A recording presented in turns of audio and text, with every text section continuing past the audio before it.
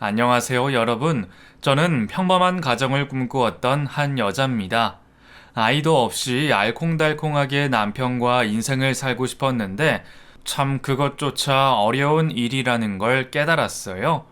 제가 왜 그렇게까지 되었는지는 어떠한 사건이 있었기 때문인데요. 차마 남들에게 얘기할 수 없던 저의 이야기, 지금부터 이곳에 털어놓아 보려 합니다. 제 이야기 잘 들어주세요. 저는 허약한 몸으로 태어났다고 합니다. 엄마 뱃속에 있을 때부터 말이죠. 태어나서는 너무 작은 몸무게로 태어나 인큐베이터에 한 달 정도를 들어가 있었고, 그 사이 여러 가지 안 좋은 상황에 노출이 되기도 했었다고 해요. 부모님은 그저 제가 건강하게만 자라는 것이 중요했기 때문에 다른 것은 아무것도 바라지 않으셨습니다. 어린 시절을 그렇게 허약하게 태어난 저는 부모님의 아주 많은 관심과 사랑 속에서 자라게 되었죠. 6년간 아이가 생기지 않아 고전한 끝에 제가 태어났기 때문에 외동딸로 자라게 되었는데 그저 밖에 가서 조금이라도 흉터가 나도 많이 속상해 하셨던 게 기억이 납니다. 그래서 저는 밖에서 많이 놀지 않았던 것 같아요. 그저 집에서 보내는 시간이 많았고 가끔 친구들을 저희 집으로 불러서 안전하고 재미있게 함께 놀았었어요. 저희 집은 다른 친구들에 비해 경제적인 상태가 많이 좋았습니다. 부모님께서는 워낙에 물려받으신 재산도 있으신 상태였고 또 열심히 일을 하고 계셨기 때문에 저 하나 키우는 데 너무나 여유롭고 넉넉하게 생활하실 수가 있었죠. 아주 넓은 단독주택에 살고 있었고 그 모습은 제 친구들에게 부러움의 대상이 되었습니다. 주희야, 너네 집 진짜 좋다. 나 초대해줘서 고마워. 나 다음에도 꼭 다시 너네 집 놀러 오고 싶다. 다시 불러줄 거지? 그럼 다시 불러줘야지. 꼭 불러줄 테니까 걱정 마. 여기 봐봐. 엄마가 사준 장난감도 있어. 너 이거 갖고 놀아. 우와, 이거 내가 진짜 갖고 싶어 했던 건데 여기 있네? 최고다. 우리 엄마는 이거 비싸다고 안 사주시던데. 그래? 우리 집에 와서 실컷 가지고 놀아. 아니, 이거 빌려줄 수도 있어. 집에 가져갔다가 나중에 다시 줘. 어머, 정말이야? 진짜 그래도 돼? 엄마한테 안 혼나?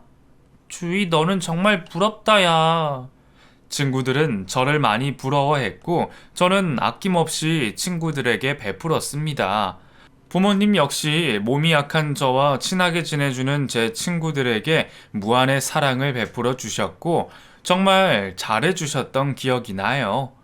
그 당시에 한창 막 유행을 시작했던 도너츠가 있었는데, 그게 꽤 비싸서 친구들이 잘 사먹지 못했거든요. 그런데 친구들이 집에 놀러 올 때마다 그걸 사서 간식으로 주고 남은 건 친구들 손에 들려서 집에 보내시기도 했습니다. 또한 친한 친구의 생일이 있을 때면 저희 엄마가 직접 저희 집에다 생일상을 준비해 주셨고 거기엔 피자와 떡볶이, 케이크까지 다 있었어요. 친구들은 그 모습을 보고 저희 엄마가 하늘에서 내려온 천사가 아니냐며 소리를 지르며 환호했고 그저 그런 모습이 너무 보기 좋으셨던 엄마는 환하게 웃으시며 더욱 많이 베풀어 주셨죠.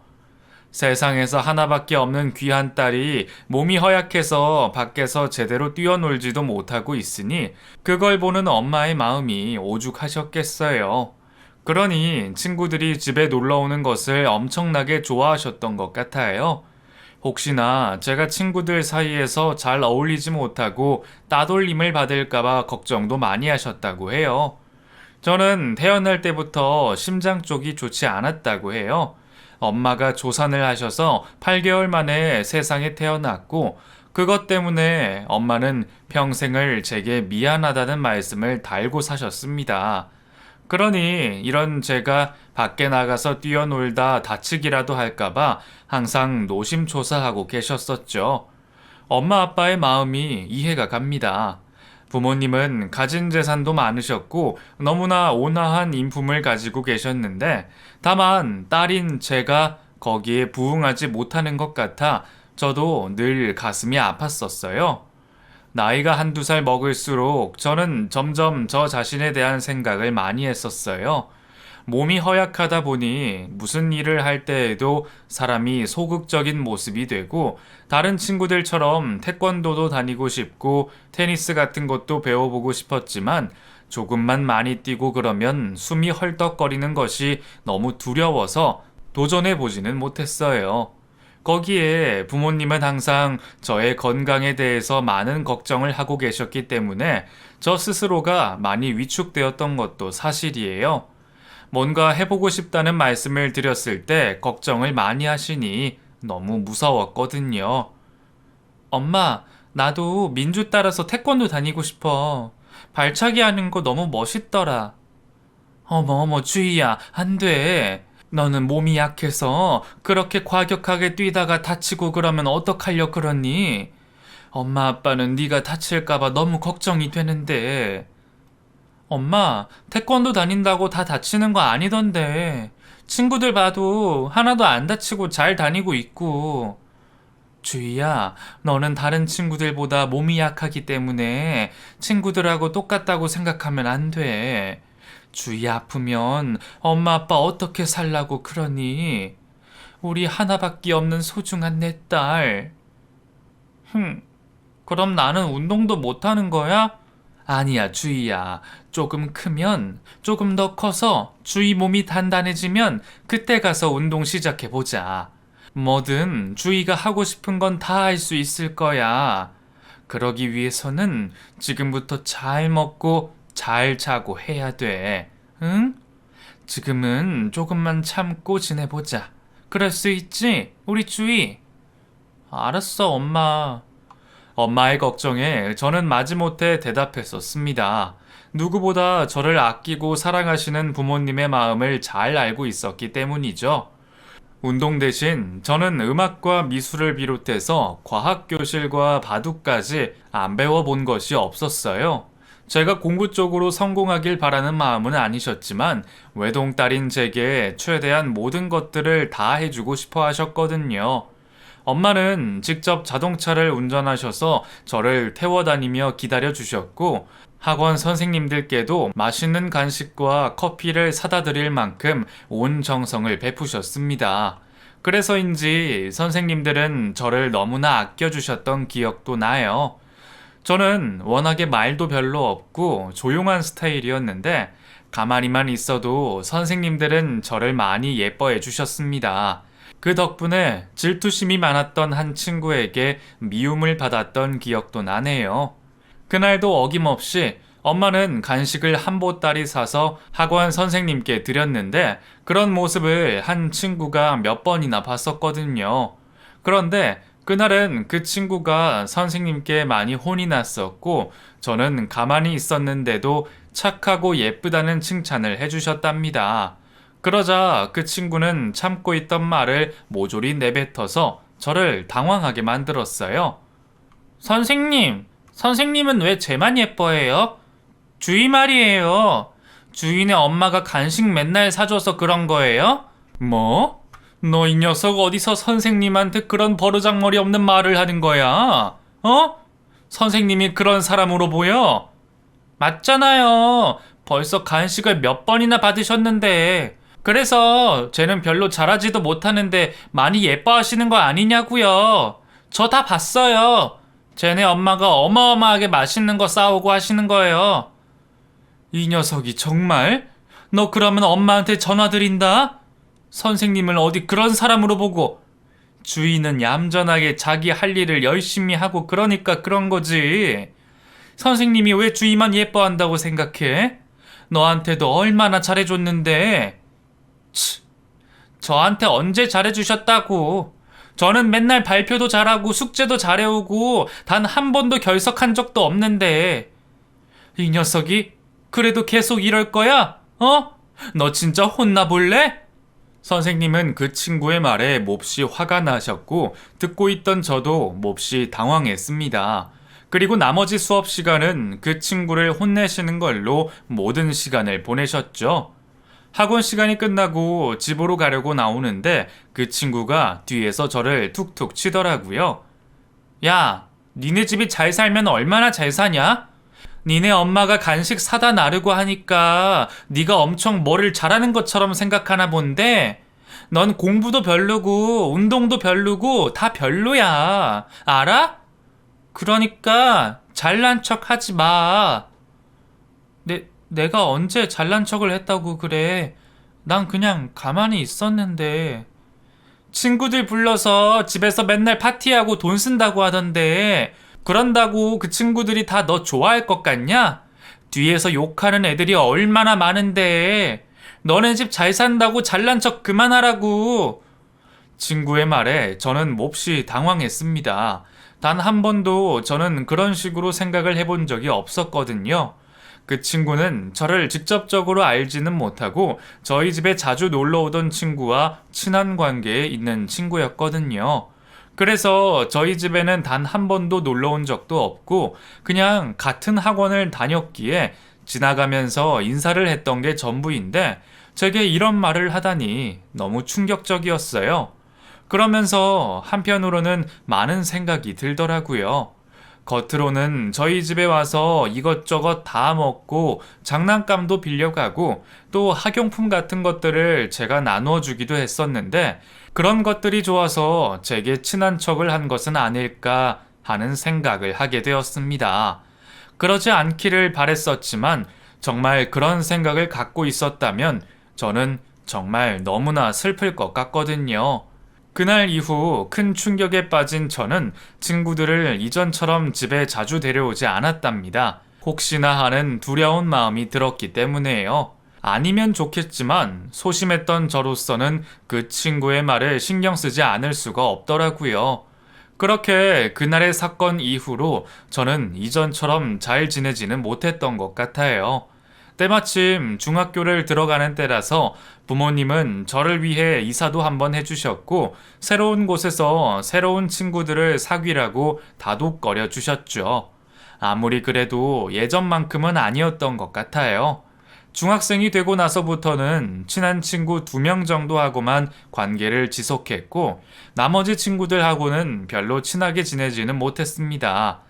공부도 평범하게 했고 성격도 조용조용했던 저는 책 읽기와 음악 감상하기 등을 벗삼아 학창 시절을 마무리하게 되었고 제 성적에 맞는 평범한 대학교도 진학할 수 있었죠.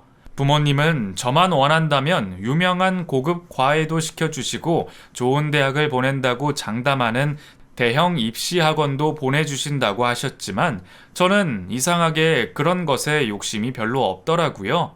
저와 아주 친했던 친구는 제게 이런 말도 했습니다. 네가 너무 가진 게 많아서 그런 거다, 주희야. 난 네가 솔직히 부럽다. 뭐가 부러워? 난 너처럼 활발하고 운동도 잘하고 무엇이든 욕심 갖고 하는 네가 더 부러운데. 그것도 다 내가 가진 게 없으니까 아둥바둥 살려고 하는 거야.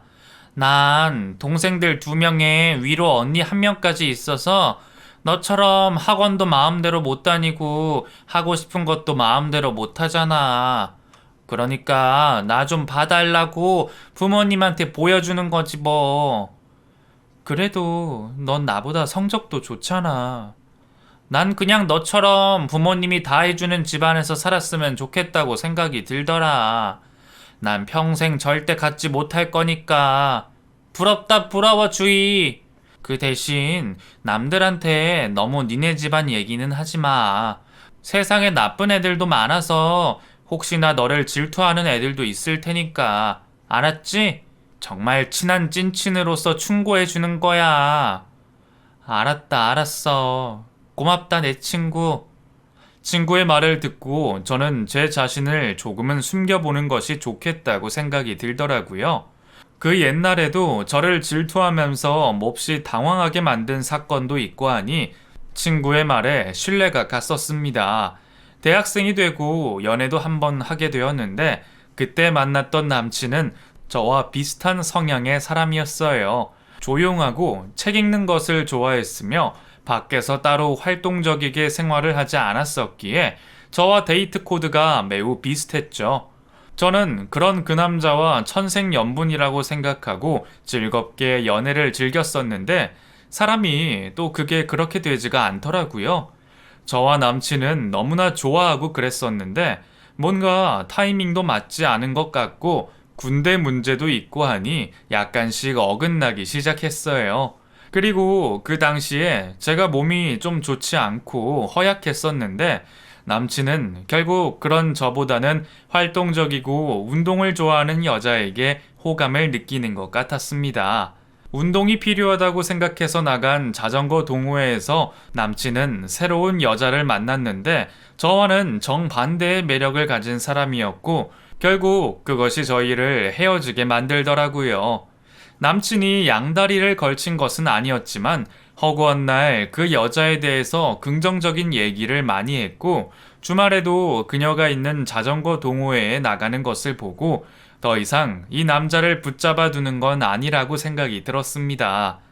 그렇게 연애가 허무하게 끝나버리고 저는 한동안 남자에 대해서 조금 거부 반응이 있었어요. 처음에는 그저 무조건 다 좋다고 했다가 결국에는 이렇게 다른 여자에게 눈이 가는 모습을 보니 남자라는 동물에 대한 믿음이 사라지더라고요.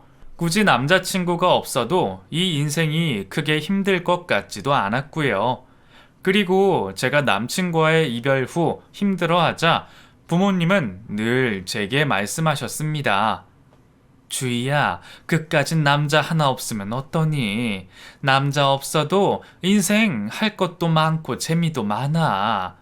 너는 그 누구보다 귀한 우리 집 외동딸이고 네가 하고 싶다고 하면 온 세상의 모든 것을 다 뒷받침해 줄 거야. 그러니까 그깟 남자 하나 때문에 힘들어하지 말고 새로운 인생을 찾아보자. 응? 알았어요, 엄마 아빠. 그렇게 할게요. 저 다시 미술도 공부해보고 싶어요. 학창 시절에는 미처 내 취미가 뭔지 잘 몰랐던 것 같아요. 그런데 지금은 그림을 그리는 것이 너무 좋은 거 있죠? 그래, 잘했다, 우리 주희. 그래, 해보자. 당장 미술학원에 등록해서 배워봐. 그리고 더 공부를 하고 싶으면 대학도 도전해보고. 뭐든지 주희가 원한다면 다 해줄 수 있어. 고마워요, 정말. 고마워요, 엄마, 아빠. 저는 그렇게 부모님의 성원에 힘입어 다시 미술 공부를 한 후에 전문대학에 들어갔고 그곳을 졸업한 후 슬슬 아이들을 가르치며 사회생활을 시작했습니다. 제가 워낙에 체력이 좋지도 않았고 심장도 좋지 않았던지라 부모님 역시 무리하게 회사 생활을 하지는 않았으면 하셨거든요. 돈은 얼마든지 있으니 미래에 대한 걱정은 하지 말고 그저 쉬엄쉬엄 즐기면서 하고 싶은 일하며 사는 것이 저의 인생 목표였고 부모님의 바람이셨습니다. 그 덕분에 나이 30 중반을 훌쩍 넘길 때까지 제대로 된 연애 한번 하지 못하고 아이들을 가르치고 여행을 다니며 지냈었어요. 친구들은 하나둘 결혼을 하고 아이도 낳고 벌써 학부모가 되었다는데 저만 홀로 지내는 것 같아 외계인이 된 기분이 들기도 했지만 또 친구들은 저의 이런 여유가 넘치는 생활을 부러워하더라고요. 야, 주희야, 나 어제도 신랑이랑 뒤지게 한바탕 했어. 그놈의 인간이 빠듯한 생활비를 술집에서 쓰고 다니는 바람에 내가 돈이 쪼달려서 미쳐버리겠다. 하, 내가 애들만 아니었어도 확 이혼해버리는 건데. 에이, 그러지 마. 다들 그러고 사는 거 아니야?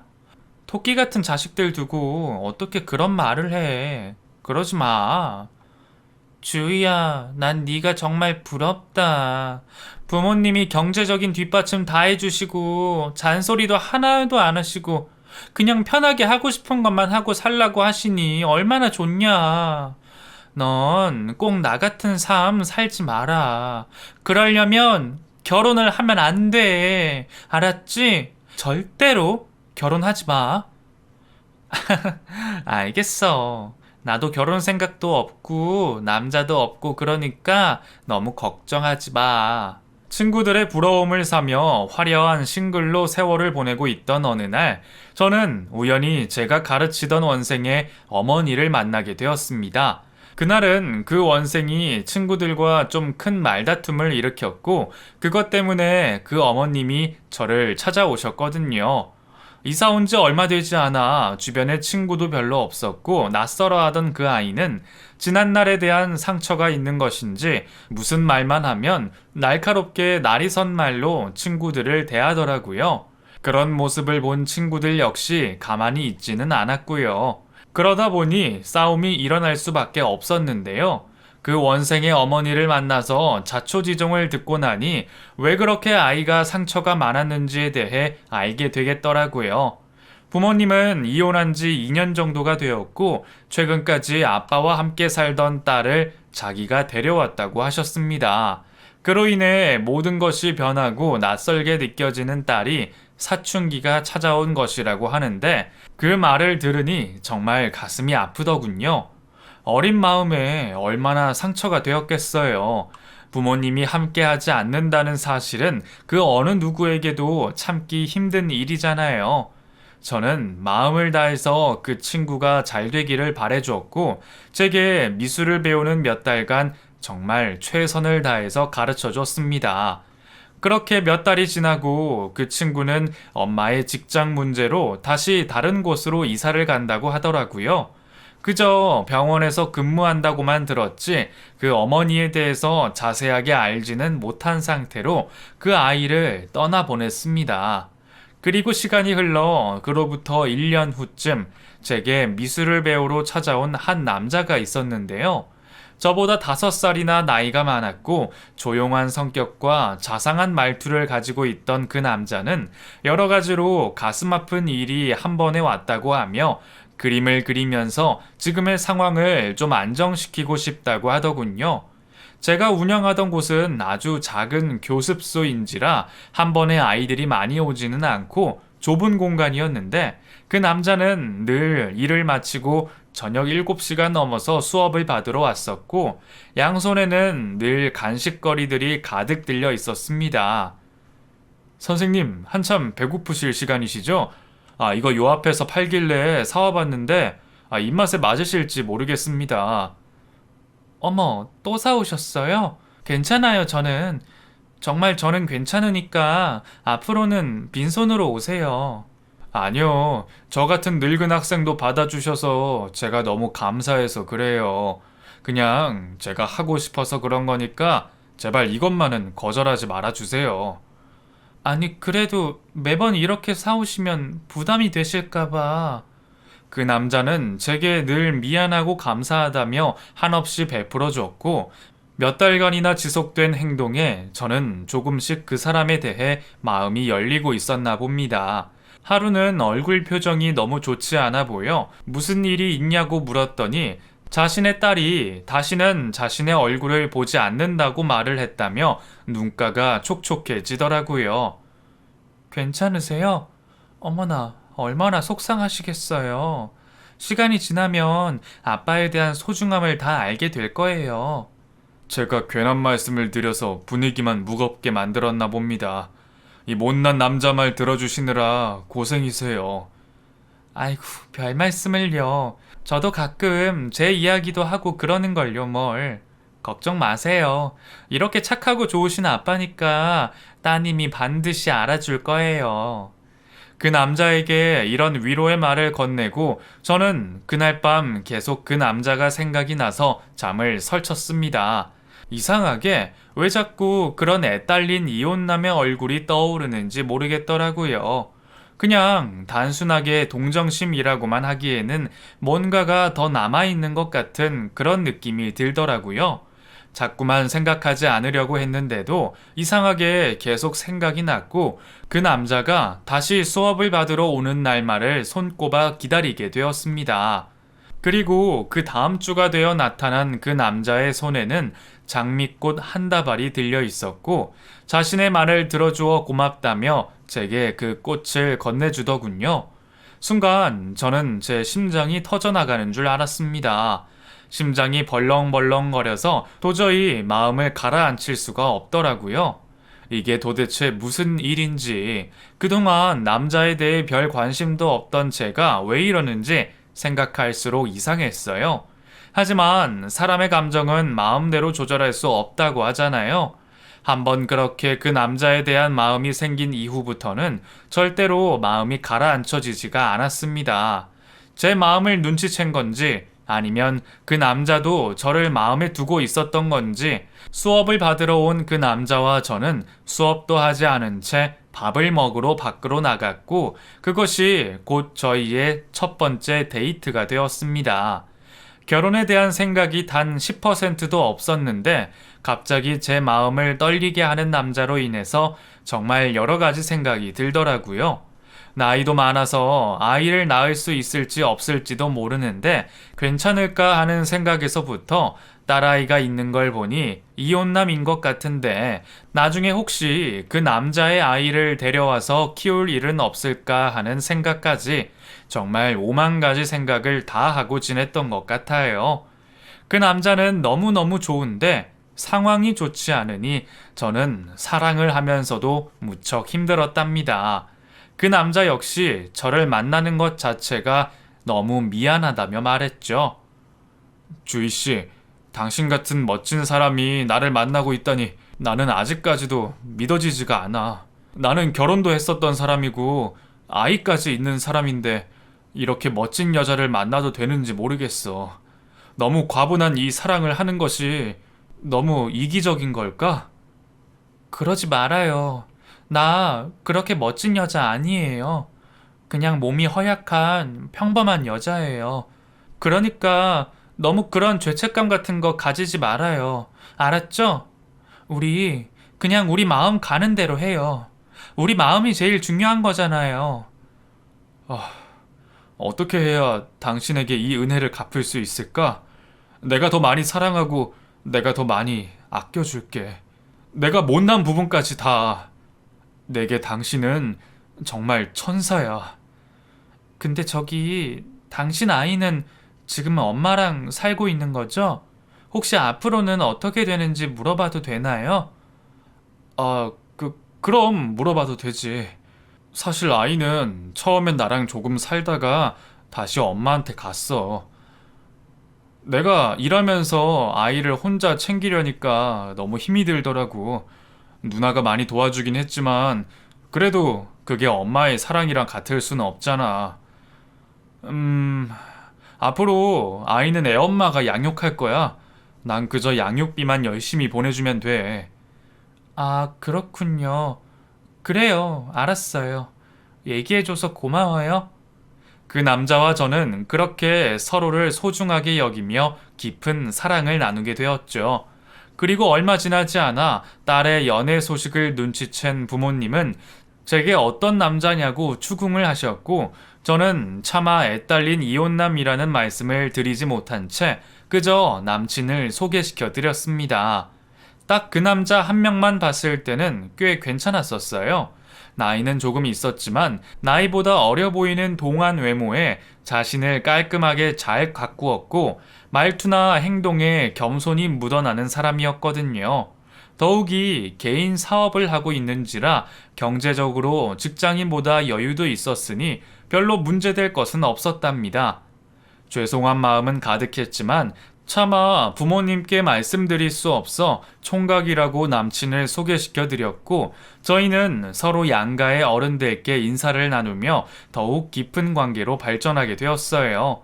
남편의 부모님은 모두 돌아가신 상태였으니 1살 터울에 누나만 한 명 있었는데 그래도 누나와의 사이가 꽤 좋아 보이더라고요. 혼자 지내는 동생이 걱정되어서 이것저것 아주 잘 챙겨줬고 누나 역시 이혼을 하고 살다 보니 누구보다 동생의 마음을 잘 헤아려 주는 것 같았습니다. 원래는 잘 나가는 집안의 남자와 결혼을 해서 일을 해본 적이 없이 살았던 남친의 누나는 이혼 후 상황이 좋지 않았는지 보험 설계사 일을 시작했다고 했어요. 그리고 저를 만난 지 딱 3번 만에 여러 가지 보험 상품을 제게 소개하며 보험 가입에 대해서 얘기를 하더군요. 저기 주희씨, 이거 한번 자세히 봐봐. 자기 아직 이런 쪽에 대해서 하나도 모르지? 나도 하나도 몰랐었는데 우리 이렇게 살면 안 되겠더라고. 인생은 미리미리 대비를 해놔야 되는 거였어. 남은 인생 내 동생이랑 행복하게 오래오래 잘 살아야지. 그러려면 보험은 필수야. 그러니까 내 말 듣고 이거 딱 3개만 가입해 놓으면 진짜 아무 걱정이 없다니까. 아, 네. 그게 저는 잘 모르고 저희 부모님이 하셔서. 에이, 주희씨. 언제까지 부모님한테 의지해서 살 거야? 주희씨, 내 동생이랑 곧 결혼하는 거 아니었어? 자기 나이가 몇 갠데. 에이, 그건 아니다. 독립적으로 딱 알아서 자기 미래에 대해 준비하는 모습 보이면 부모님도 분명히 더 좋아하실 거야. 그러니까 내 말 듣고 이것만 좀 가입해봐. 저는 그렇게 남친의 누나의 유혹에 넘어가 제대로 알지도 못하는 보험을 3개나 가입을 하게 되었습니다. 보험료가 갑자기 많이 나가게 되어서 조금 부담이 되긴 했지만 여태껏 부모의 그늘 밑에서 아무것도 못하고 지내던 제 자신을 생각해 보면 이게 잘한 거지 싶기도 하더라고요. 그리고 얼마 후 저는 남친과 정말 결혼을 하게 되었습니다. 부모님께는 너무 죄송하지만 남친의 과거에 대해 숨기고 결혼을 할 수밖에 없었어요. 그저 부모님은 늦게라도 좋은 사람을 만난 것이 너무 다행이라고 하시며 좋아하시는데 죄송한 마음에 고개를 들 수가 없더라고요. 결혼 후 모든 것이 안정되면 꼭 말씀드려야겠다는 생각을 했고 저는 신혼의 단꿈에 젖어 매일매일을 행복하게 보내고 있었습니다. 결혼을 하고 나서 보니 남편과 시누이는 아주 자주 함께 만났고 빚에 대한 이야기를 나누는 것도 들었어요. 통화를 하거나 셋이서 밥을 먹다가 제가 잠시 자리를 비울 때면 빚과 돈에 관한 이야기를 나누곤 했었는데 그게 사업에 실패한 이후에 생긴 어마어마한 빚이라는 것을 나중에 알게 되었습니다. 남편도 그런 이유로 시작되어 첫 결혼에 부부 관계가 나빠져서 이혼을 한 상태였고 시누이는 이혼 이후 혼자서 해보겠다고 재산 분할로 받은 돈에 여러 대출을 더해 투자를 했다가 홀랑 사기를 당한 상태였더군요. 결혼 전에 이런 얘기들을 감쪽같이 속이고 있었다는 사실에 저는 많이 화가 났었어요. 하지만 한편으로는 너무 좋은 사람인데 빚 때문에 힘들어하는 모습을 보니 속이 많이 상하기도 하더군요.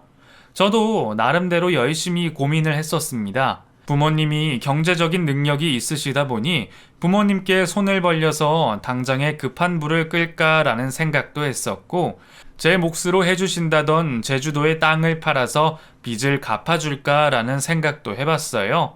그때는 결혼한 지 2년 정도밖에 되지 않았던지라 남편이 세상에서 가장 좋은 사람이었거든요. 여러 가지 생각에 골똘해져 있을 때쯤 저는 몸이 좋지 않다는 것을 알게 되었습니다. 어렸을 때부터 워낙 허약했는지라 뭔가가 이상한 느낌이 있으면 제가 눈치를 먼저 채게 되는데 그때도 뭔가 이상한 느낌이 들어 병원부터 갔었어요. 역시나 제 생각대로 제 몸 상태는 좋지 않았고 신장 수술을 받아야 한다는 말을 듣게 되었습니다. 어느 정도 예상은 했었지만 수술까지 받아야 한다는 말에 정말 너무나도 걱정이 되더라고요. 나이가 먹으니 점점 겁만 많아지는 것 같고 이상하게 모든 것이 막 불안했습니다. 제 소식을 들은 시누이는 자신의 일처럼 생각해주고 직접 병원까지 예약해주더라고요. 그래도 저를 이렇게 챙겨주는 시누이를 보니 너무 고마웠습니다. 고마워요, 형님. 정말 고마워요. 고맙긴 옳게 건강이 최우선이지. 고맙다는 말은 수술하고 다시 잘 회복돼서 해도 돼. 알았지? 첫째도 건강, 둘째도 건강. 무조건 건강이 최고야. 이 병원은 수술도 잘하시고 환경도 좋은 곳이라서 내가 어렵게 잡았어. 그러니까 아무 걱정하지 말고 옳게는 수술만 잘 받고 회복해. 신우가 잡아준 병원에서 입원을 하고 수술 시간을 기다리는데 이상하게 어디서 많이 본 것 같은 간호사가 있더라고요. 분명히 어디에선가 본 적이 있는 것 같다는 생각을 잠시 했다가 수술을 앞두고 있어 불안한 마음인지라 그냥 물어보지는 않았습니다. 그리고 신장 수술을 받고 난 후 병원 침대에서 깨어났는데 왜 그리도 무섭고 두려웠던지 온몸이 벌벌 떨리더라고요. 마침 제 곁에 있던 부모님이 제 손을 꼭 잡아주시며 괜찮다고 토닥거려 주셔서 조금은 마음의 진정이 되었습니다. 모든 수술은 회복의 기간이 매우 중요하다고 해요. 물론 수술이 잘 되는 것은 기본이겠지만요. 잘 먹고 잘 쉬고 그리고 병원에서 잘 관리를 해주어야 회복이 빨라서 일상에 적응할 수 있는 시간이 앞당겨진다는 말을 들은 적이 있었답니다. 그리고 신우가 말하길 이 병원은 그런 회복 기간 동안의 관리를 매우 잘해준다고 했었기에 저는 철석같이 그 말만 믿고 이 병원을 무한 신뢰하고 있었죠. 그런데 수술을 마치고 이틀 뒤 몸이 너무 무료한 것 같아 잠시 휴게실 쪽으로 가봤습니다. 마침 그쪽에 테라스 같은 것이 있어서 밖에 나가지 않고도 바깥 바람을 쐴 수가 있었거든요. 날씨도 따뜻하니 잠시 햇빛을 보는 것이 좋을 듯해서 그곳에 나갔고 잠시 뒤 병실 안에 있는 화장실 말고 다른 곳의 화장실에 들렀다가 익숙한 목소리를 듣게 됩니다. 아니, 그러니까 내 말은 일단 급한 불부터 끄자는 거잖아. 수술이 왜 하필 이렇게 잘 된 거냐고. 그러게요. 아휴, 내가 수술 간호사를 안 들어가서 듣기만 했는데 엄청 잘 됐다고 하더라고. 망했네, 망했어. 한몫 크게 땡겨보려고 했구만. 야, 그래도 아직 기회는 있어. 일단 보험 쪽은 내가 새롭게 통장 만들어서 그쪽에 받아서 꼬부칠 거니까 걱정 말고. 얘 몸을 좀 덜 신경 써 봐봐. 내가 불쌍한 척 좀 해서 돈을 빼내던지 걔네 친정에 있는 땅이나 뭐를 좀 팔던지 그렇게 유혹을 해볼게. 사람이 아파서 병원에 있고 그러면 마음이 약해지잖아. 나만 믿어봐. 너는 그냥 2번 해줄 거 1번만 하고 약이랑 이런 것도 신경 쓰지 말고 빼먹고 그러라고. 알았어? 그래야 우리가 다 살아. 아이, 근데 이건 무영이도 아는 거야? 아니, 지 마누라 가지고 우리가 이러는 거 아냐고. 네가 여기서 일하는 걸 알고 있는데 아무 말 안 하는 걸 보면 모르겠냐? 지 마누라한테도 말 안 하고 있더만. 진작에 다 눈치채고 있었어. 누가 자기 옛 마누라 있는 병원에 새 마누라를 입원시키냐? 그것도 수술까지. 지도 사업비 때문에 너무 힘드니까 지금 별의별 생각을 다 하고 있는 거라고. 딱 어떻게 아프고 돈 많은 여자를 잘 물고 와가지고 순순히 돈이 나올까? 어? 아니, 그렇게만 되면 나도 너무 좋지. 기다려 봐봐. 이번에 수술하고 아주 몸과 마음이 허약해 빠졌을 테니까 안 되면 되게 하라. 이게 내 좌우명인 건 몰라? 너는 친구라는 애가 나에 대해서 아는 게 뭐냐? 잠자코 기다리기나 해. 그 목소리의 주인은 신우이였습니다. 말을 들어보니 한 명은 간호사인 것 같은데 둘의 대화는 정말 충격적이었어요. 둘의 대화가 끝이 나면서 너무 놀라 소리를 지를 뻔하다가 얼른 정신을 차려 화장실 밖으로 나와 몸을 숨겼고 잠시 후 정말 신우와 간호사 한 명이 화장실 밖을 나오더군요. 온몸이 바들바들 떨리면서 어떻게 해야 할지를 모르겠다가 간호사의 얼굴이 문득 궁금해졌습니다. 어디서 낯이 익은 것 같았던 그 간호사가 맞는 것 같은데 가까이 가서 확인을 하고 싶었죠.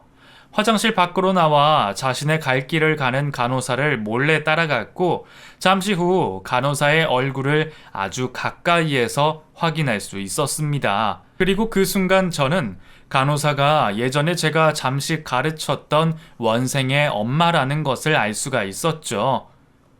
저기 미소 엄마시죠? 네? 네. 얼떨결에 자신의 딸의 이름을 묻자 네라고 대답해버린 간호사를 보고 저는 그 자리에서 오열을 하게 되었습니다. 어떻게 이런 일이 있을 수 있는지 이해가 되질 않았어요. 어떻게 니들이 니들이 어떻게 이런 짓을 할 수가 있어? 어? 아픈 사람을 두고 어떻게 이런 쓰레기 같은 짓을... 아니, 그게 잠시 오해가 있으신가 본데 갑자기 왜 그러세요? 이것들이 나를 뭘로 보고 결국 내 돈 보고 이런 계획을 짠 거냐? 이거 니네 범죄야, 범죄. 간호사가 환자의 회복을 위해서 최선을 다해야 하는 거 아니야? 이 병원에서는 이딴 식으로 하나 보지? 니네 가만 안 둘 거야. 당장 경찰에 신고할 거라고. 환자님, 진정하세요. 왜 그러시냐고요, 도대체. 다행히 저는 주머니에 있던 휴대폰으로 이 대화의 모든 내용을 녹음해뒀습니다.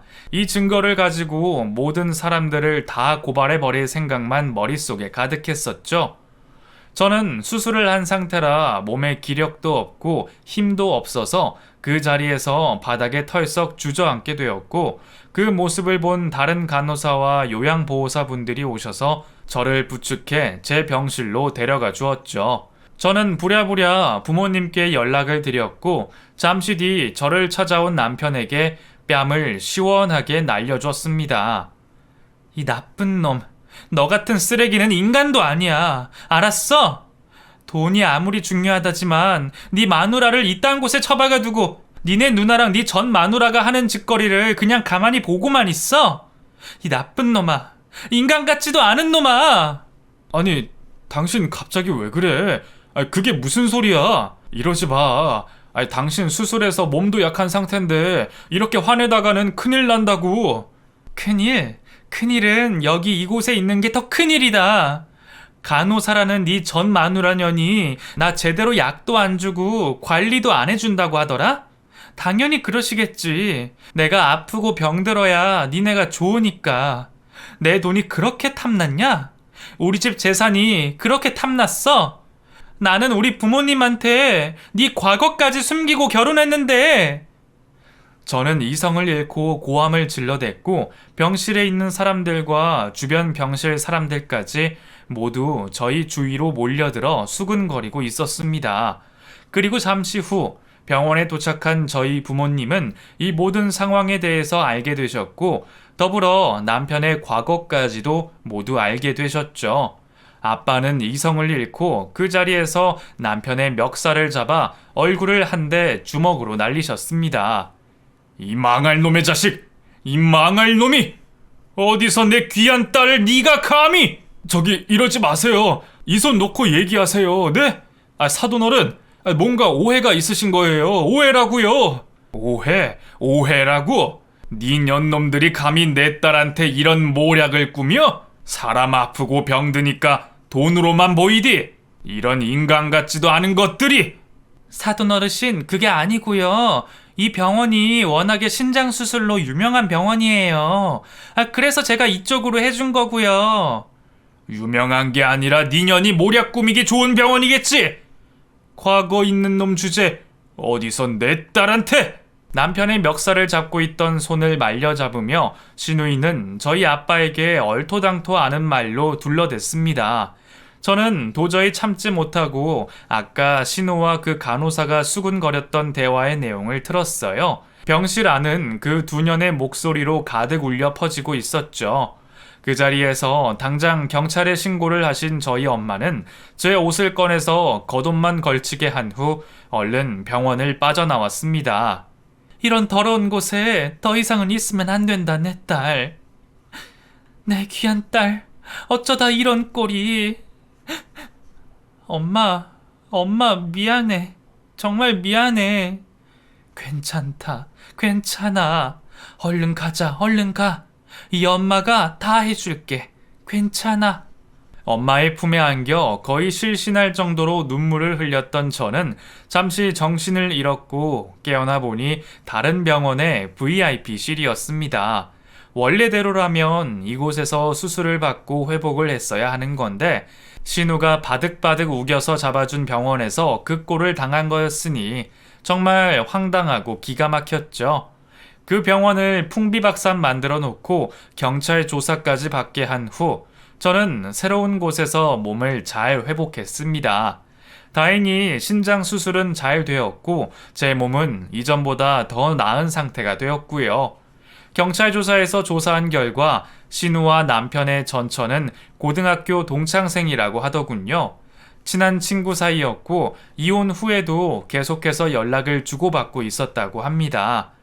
허구한 날 돈 타령을 하면서 돈 많은 여자를 꼬셔오라고 했다던 신우는 제가 남편과 결혼하려고 했을 당시 이미 저에 대해서 알아보고 모든 파악을 했다고도 들었어요. 그걸 알고 더 제게 잘해주었었나 봅니다. 저는 그런 사실도 까맣게 모르고 남편의 과거까지 숨겨주며 결혼을 했고 그 결혼에 최선을 다해 노력했던 것이니 세상 천치 바보가 따로 없네요. 사람 사는 세상이 다 이런 건가요? 지금 생각해도 정말 어이가 없고 기가 막히네요. 제가 병원에서 몸을 회복하는 동안 저희 부모님은 평소 알고 지내시던 변호사를 통해 남편과의 이혼을 진행해 주셨고 일은 일사천리로 진행되었습니다. 남편은 끝까지 자신은 아니라고 하며 제게 매달리고 전화를 해댔죠. 여보, 저기 그게 아니야. 내 말 좀 들어봐. 당신 나 못 믿어? 응? 내가 어디 그럴 사람으로 보여? 절대 아니라고. 그건 오해야. 그냥 누나가 혼자 그런 거야. 난 하나도 몰랐다고. 정말 몰랐어. 내가 잘할게. 앞으로 더 잘할게. 뭐? 이제 와서 몰랐다고? 당신 전처가 일하는 병원을 몰랐다는 게 말이 돼? 이미 그 녹음된 증거에서 당신이 알고도 묵인했다고 나오잖아. 못 들었어? 내가 다시 들려줘? 나이 먹고 몸도 약한 내가 혼자 지내니까 그게 그렇게 우스워 보였니? 어쩜 사람을 이렇게 한순간에 바보로 만들어? 당장 그딴 쓸데없는 소리 집어치우고 전화 끊어. 제발, 제발 여보. 내가 앞으로 다 갚을게. 나 당신 진심으로 사랑해. 나 정말 사랑한다고. 당신 없이는 못 살아. 참나, 뭐라고? 내가 아니라 우리 집안 돈이겠지. 내 명의로 된 땅이겠지. 당신 다 알고 있었잖아. 결혼 전부터 니네 누나가 다 알아봤다는 거 내가 모를 줄 아냐? 그래서 그렇게 결혼을 서둘렀구나. 내 정신을 쏙 빼놓으려고. 빚더미에 앉아보니까 사람이 사람으로 안 보이고 다 돈으로 보이지? 너 그렇게 살지 마. 그러다가 네 딸이 천벌 받는다? 딸 가진 아빠면 아빠답게 똑바로 행동해. 단호하게 남편을 끊어낸 후 저는 새 출발을 하게 되었습니다. 그동안 하고 있던 작은 교습소는 부모님이 모두 정리해 주셨고 저는 그대로 유학길에 올랐어요. 하고 싶은 일이나 실컷 하며 저의 인생을 헛되이 보내지 않으려고요. 겁도 나긴 했지만 무엇보다 든든하게 부모님이 응원해주고 계셨기에 도전할 수 있는 용기가 생겼습니다. 그리고 지금은 그 누구보다 행복한 삶을 살고 있고요. 제 이야기는 여기까지입니다. 여러분도 여러분의 행복한 미래를 위해서 무엇이든 도전해 보시길 바래요. 긴 이야기 들어주셔서 감사드려요.